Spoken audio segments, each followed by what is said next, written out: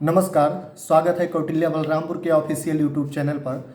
आज हमारे चर्चा का विषय है ट्रेड वार, मतलब कि व्यापार युद्ध। जैसे होता है ना कि हर प्रकार के जो युद्ध होते हैं, तो एक होता है व्यापारिक युद्ध।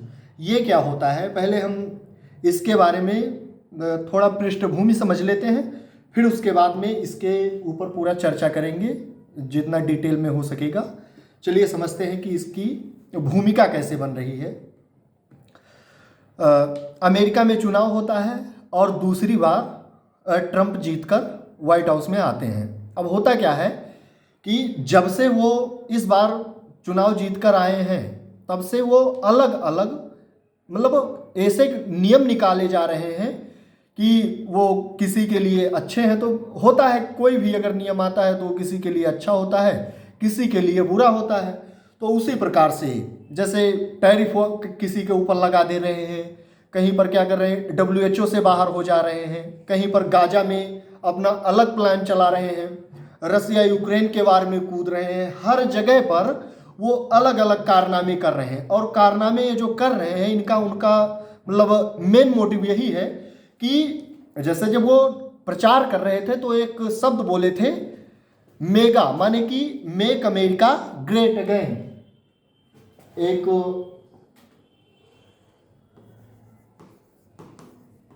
मेगा माने कि मेक अमेरिका ग्रेट अगेन, और इसका पूरा मोटिव है कि हमें अमेरिका को, मतलब ये ट्रम्प कह रहे हैं, अमेरिका को दुनिया के सभी गतिविधियों से बाहर कर लेना है। हमें मतलब बाहरी क्षेत्र में अपना वर्चस्व, मतलब जैसे वो होता है कि अगर कहीं पर वार हो रहा है तो बीच में कूद जा रहा है अमेरिका, तो ऐसे करने से वो बचना चाहते हैं।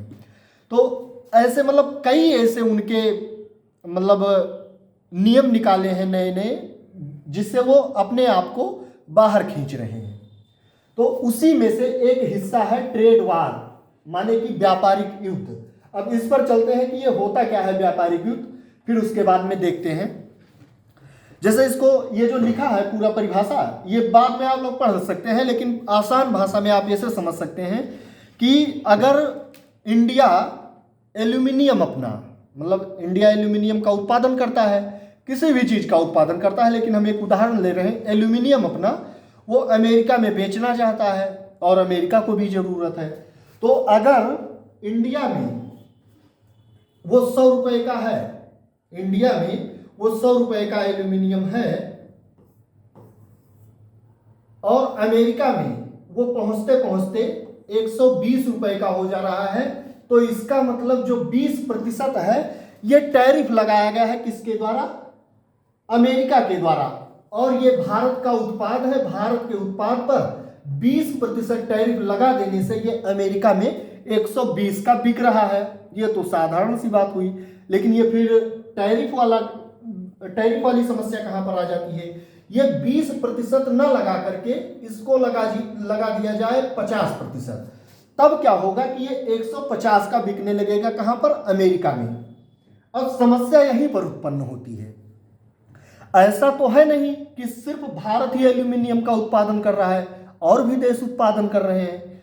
तो वो जब वहां पर बेचेंगे अमेरिका में, मान लो कि उनके वहां भी 100 रुपये का उत्पाद है और 20% टैरिफ लगा है, 120 का है, और भारत वाले उत्पाद पर 20% ना लगा करके 50% लगाया गया, तो ये 150 का बिकेगा, लेकिन अमेरिका में यह 120 का बिकेगा। इसका तात्पर्य हो जाता है कि अमेरिका में जो सामान अधिक बिकेगा वो कौन बिकेगा, ये मान लेते हैं, चलो ये कनाडा हो गया, कनाडा का सामान अधिक बिकेगा और भारत का सामान ये कम बिकेगा। इससे क्या होगा कि जो भारत की इंडस्ट्री है एल्यूमिनियम वाली, ये धीरे धीरे अमेरिका के मार्केट को, मतलब अमेरिका का मार्केट इसके लिए खत्म हो चुकेगा। इसीलिए कहा जाता है कि टैरिफ का लगाम होता है वो एक निश्चित स्तर तक रहे। ऐसा ना हो कि टैरिफ लोग लगा रहे हैं और वो किसी संरक्षणवाद को बढ़ावा दे रहे हैं। ये लिखा हुआ है, अब इसकी परिभाषा को पढ़ो। व्यापार युद्ध एक आर्थिक संघर्ष है जिसमें एक देश दूसरे देश के खिलाफ व्यापार बाधाएं बढ़ाते हैं। यह संरक्षणवाद का नतीजा होता है। अब ये शब्द समझ लो संरक्षणवाद क्या होता है। जैसे अभी हम उदाहरण ले रहे थे कनाडा का और इंडिया का कि, और एक मार्केट है अमेरिका, और उदाहरण में कौन था, कनाडा और इंडिया। अब हम ये मान लेते हैं कि कोई ऐसा प्रोडक्ट है जो अमेरिका के लोकल लोग उसका प्रोडक्शन कर रहे हैं, इंडिया के लोग भी प्रोडक्शन कर रहे हैं, तो अमेरिका क्या कर सकता है कि अपने देशी व्यापार को बढ़ावा देने के लिए भारत के सामानों पर टैरिफ लगा दे, और खूब अच्छे से टैरिफ लगाए, 50%, 60%। ऐसा अगर जब वो टैरिफ लगा देगा तब क्या होगा कि भारत का सामान वहां पर नहीं बिकेगा। जाहिर सी बात है, जैसे इंडिया से आप समझो कि चाइना की जो मोबाइल कंपनियां हैं वो इंडिया में सस्ती क्यों, क्योंकि चाइना मतलब वहां पर सस्ता माल बनाता है। इंडिया भी अगर चाइना के फोन पर टैरिफ खूब अच्छे से लगा दे, कस्टम ड्यूटी खूब अच्छे से लगा दे, तो वो भी इंडिया में महंगी बिकने लगेंगी। इससे क्या होगा कि चाइना की कंपनी जो वहां पर बनाती है वो वहीं तक सीमित रह जाएगी, उसको भारत के मार्केट का एक्सेस नहीं मिल पाएगा। इससे चाइना की कंपनी को नुकसान होगा। तो यही किया जा रहा है कि अगर हम एल्यूमिनियम का उत्पादन कर रहे हैं या कोई अच्छे, जैसे दार्जिलिंग की चाय है, इसका उत्पादन कर रहे हैं, तो इस पर कस्टम ड्यूटी जब अधिक बढ़ाकर लगा दी जाती है, तो अगर हम लगाएंगे तो अमेरिका वाले भी लगाएंगे, अमेरिका वाले लगाएंगे तो हम लगाएंगे। बस इसी संघर्ष को ही व्यापार युद्ध कहा जाता है। अब चलिए समझते हैं कि इसके क्या कारण हैं। पहला है कि दूसरे देश में अनुचित व्यापार प्रथाएं, जैसे इंडिया से हम तुलना करते हैं कि अमेरिका की एक बाइक है, नाम है उसका हार्ले डेविडसन। अब वो इंडिया में भारत वाले बहुत ज्यादा टैरिफ अभी हम दिखा रहे हैं। अगर ट्रंप टैरिफ लगा रहा है इंडिया पर तो वो कोई गलत नहीं कर रहा है। क्यों? क्योंकि भारत बहुत अधिक टैरिफ लगाता है, अभी दिखाएंगे। और ट्रंप, देखो कोई भी नेता होगा वो अपने देश को प्राथमिकता देकर ही चलेगा, चाहे वो ट्रंप हो चाहे वो मोदी हो, कोई भी होगा। तो अनुचित व्यापार प्रथाएं कि तुम अगर हार्ले डेविडसन आ रही है तो उस पर बहुत ज्यादा टैरिफ लगा रहे हो, और हमारे प्रोडक्ट हैं वो जब वहां पर जाते हैं तो उस पर अमेरिका कम टैरिफ लगाता है। अमेरिका तुम्हारे प्रोडक्ट को अपना मार्केट पूरा दे रहा है, लेकिन तुम हमारे प्रोडक्ट को मार्केट नहीं दे रहे हो, इसलिए ये अनुचित व्यापार प्रथाएं हैं। दूसरा है घरेलू उद्योग की रक्षा करने के लिए या रोजगार पैदा करने के लिए। ऐसा ये भी होता है, एक टैरिफ लगाने का फायदा कह सकते हैं या नुकसान कह सकते हैं कि घरेलू, जैसे अगर मान लीजिए कि टाटा इलेक्ट्रिक व्हीकल बना रही है, मतलब इलेक्ट्रिक कार बना रही है, और उधर एलॉन मस्क की टेस्ला भी इलेक्ट्रिक कार बना रही है।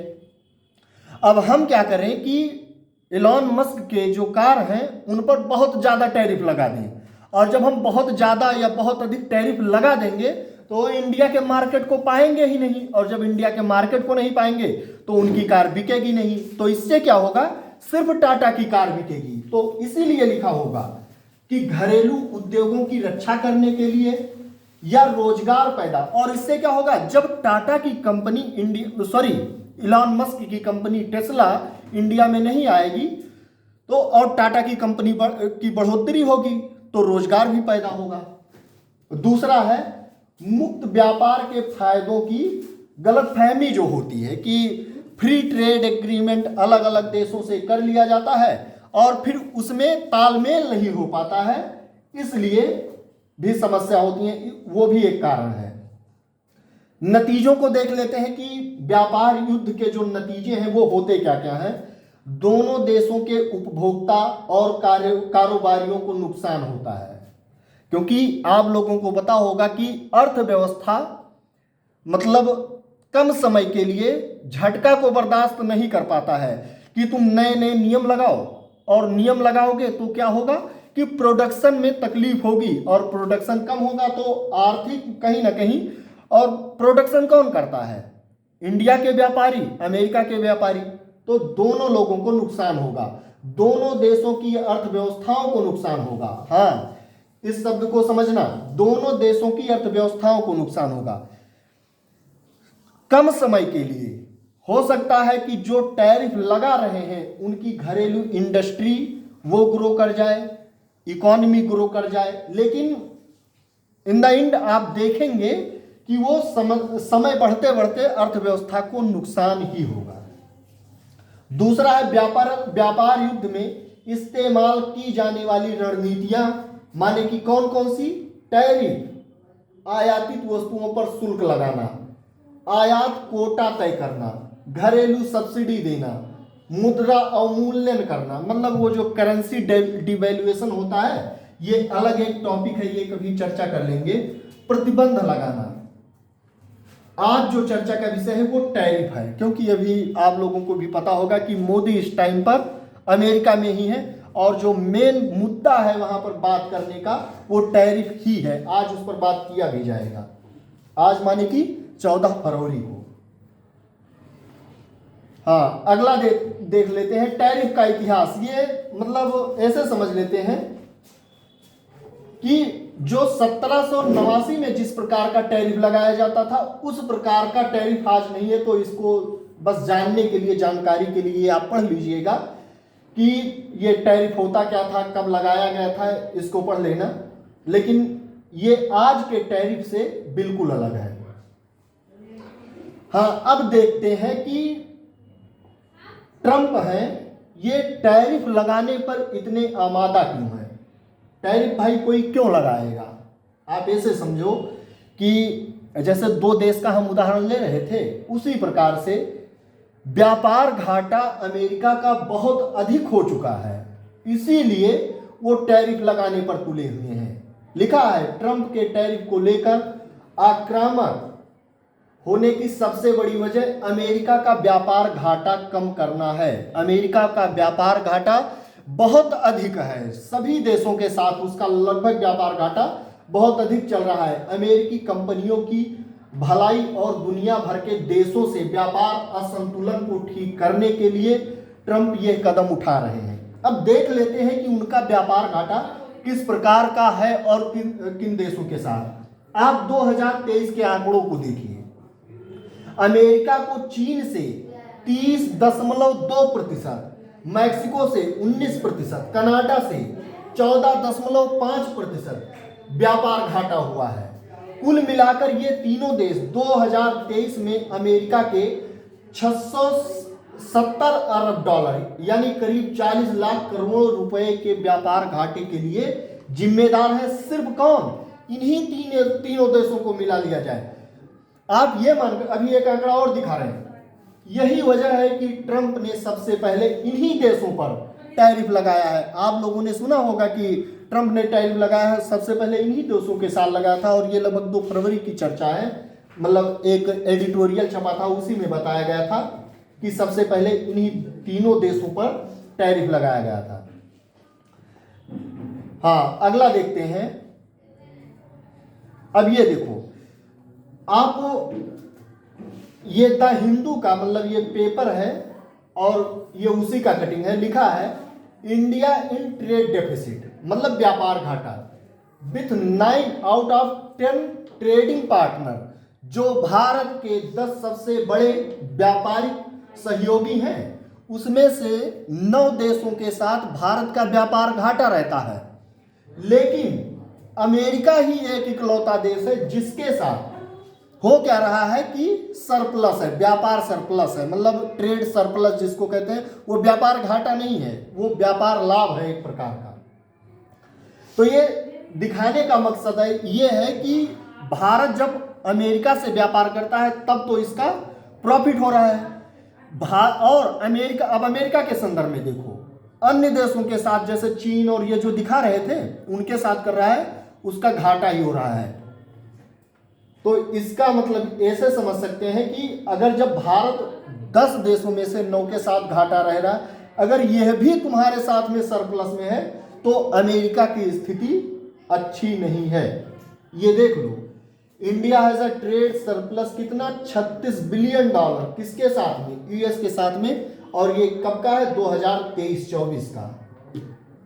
तो इससे आप ये समझ गए होंगे कि ट्रंप के टैरिफ लगाने का सबसे बड़ा कारण क्या है। अब देखते हैं टैरिफ लगाने के जो फायदे होते हैं। फायदे वो हम अभी जो बता चुके थे कि घरेलू इंडस्ट्री को लाभ होता है, ये सब मतलब वही लिखा हुआ है।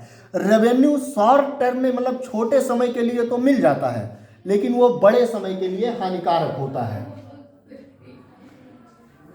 ट्रम्प टैरिफ और भारत के संदर्भ में देखें, भारत सबसे ज्यादा टैरिफ लगाने वाला है, ये भी समझ लो।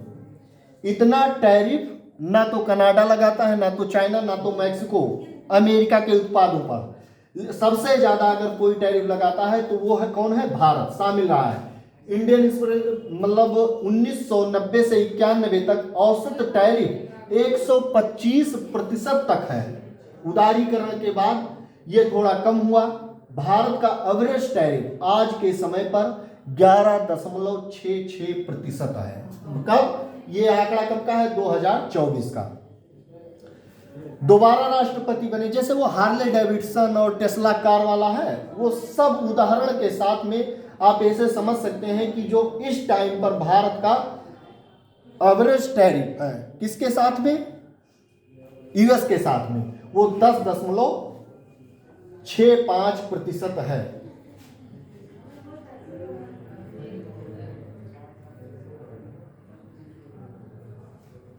तो इसके आधार पर आप ये समझ सकते हैं कि अगर भारत के ऊपर ये टैरिफ लगाया जा रहा है अमेरिका के द्वारा, अब देखो मोदी साहब वहां पर गए हैं, वो उनको कोई ना कोई अमेरिका के साथ में ऐसा कोई ट्रेड डील करना ही पड़ेगा कि इंडिया के मार्केट को एक्सेस ले सके अमेरिका वाले। और क्योंकि बहुत अधिक टैरिफ लगाया जा रहा है भारत के द्वारा, और जब ये टैरिफ आज नहीं तो कल कभी न कभी तो कम करना ही पड़ेगा, क्योंकि अमेरिका अपने उसका पूरा का पूरा ध्यान इस टाइम पर घरेलू इंडस्ट्री को बढ़ावा देने का है। और ये सही भी है एक हिसाब से। अगर कोई जैसे इंडिया अपने घरेलू इंडस्ट्री को बढ़ावा देगा तो हम लोग भी इसके साथ में सहमत होंगे। तो हर देश चाहता है कि उसकी घरेलू इंडस्ट्री ग्रो करें, तो एक ना कोई ट्रेड डील हो सकता है। जैसे एक रेसिप्रोकल टैरिफ होता है कि जितना टैरिफ तुम लगाओगे उतना टैरिफ, और टैरिफ की जब बात कर रहे हैं इसका मतलब होता है कस्टम ड्यूटी। जितना टैरिफ तुम लगाओगे उतना ही टैरिफ हम लगाएंगे, इसका तात्पर्य होता है। उम्मीद करते हैं कि सभी चीजें समझ में आ गई होंगी। आज के लिए इतना ही।